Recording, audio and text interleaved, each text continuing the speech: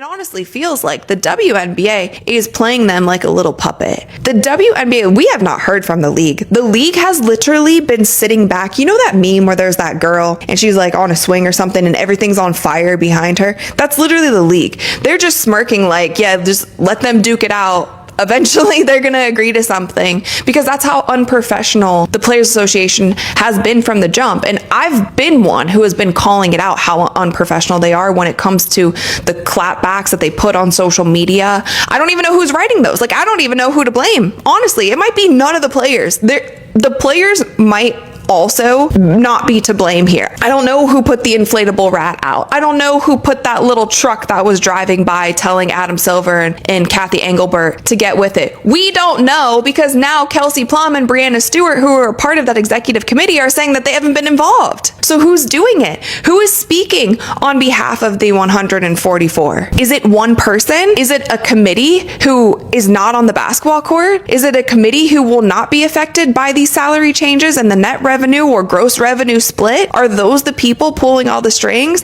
The WNBA is probably sitting there like, not our problem. We've been giving them their proposals, and now the girls are fighting. The two also said that they are concerned about the impact that a standoff or work stoppage would have on the overall financial health of the league, and believe it is time to begin negotiating off the league's proposals when it comes to revenue sharing. Breanna Stewart and Kelsey Plum think that they should start negotiating against the 70% net revenue split instead of dying on the gross revenue hill. Something just happened behind the scenes in the WNBA, and fans are calling it unbelievable.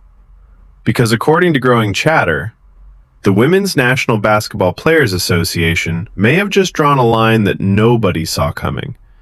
And if true, this could change everything. It started quietly.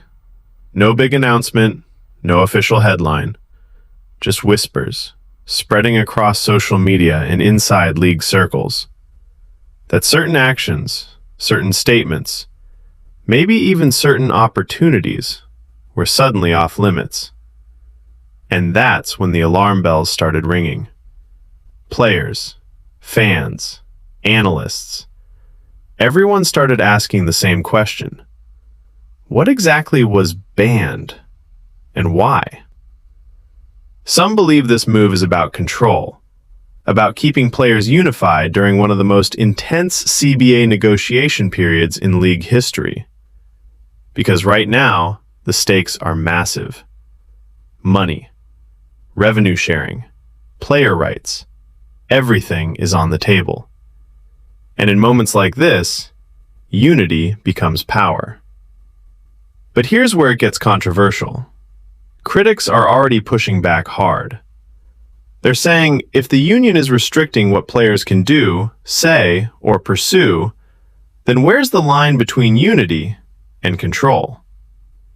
And that's where names like Caitlin Clark start getting pulled into the conversation. Because when a league's biggest star is potentially affected by decisions like this, it doesn't stay internal. It becomes a league-wide flashpoint. Supporters of the move argue this is necessary, that without structure, without alignment, negotiations could fall apart, and players could lose leverage at the worst possible time. Will this bring players together, or quietly divide them even more? Because in a moment this critical, even one decision can change everything.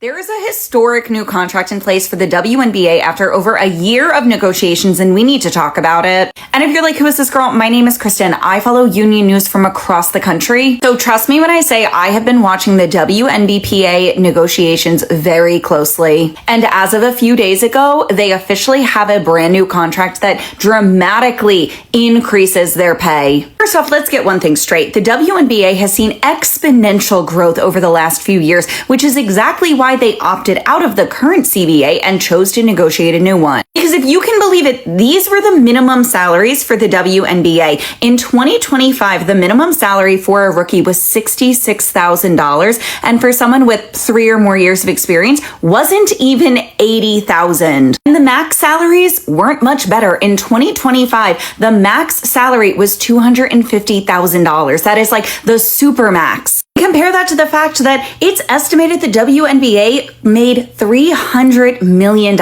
in revenue last year. It's just like this article says, don't believe the trolls. The WNBA is no longer relying on the NBA's generosity. They are a multi-million-dollar organization that has signed a $2 billion media rights deal. The league is pulling in $300 million, and yet you have players like Caitlin Clark and Angel Reese not even making more than $80,000. You have Asia Wilson, 4-time MVP, making $200,000. The league has the money. The league has grown to where it is today because of these players. And that's why it's incredible that they fought so hard. They held to their guns. They didn't break. And now we have a record-breaking, a historic new CBA for the WNBA, where Asia Wilson is reported to become one of the first to sign with the new supermax of $1.4 million, and the new league minimum salary rises to $270,000, which is more than what the max salary was in the old CBA. So minimum salary of $270,000, the max salary is $1.4 million, and they are estimating that the average salary in the league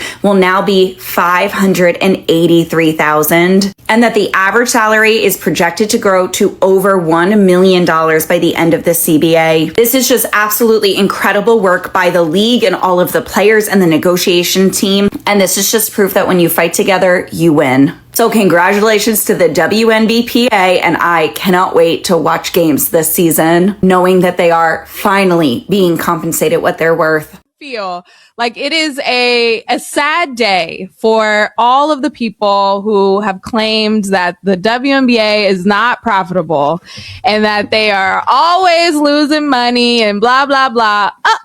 Well, let's play the world's smallest violin for them, because it was announced that the league did turn a profit in 2025 and that there is going to be a revenue share kick. This is still from the last CBA of $8 million per team, and that's going to be divvied up per player. So talk about that and what that kind of means as leverage for the players to be like, ha, we told you so. We are making a difference here.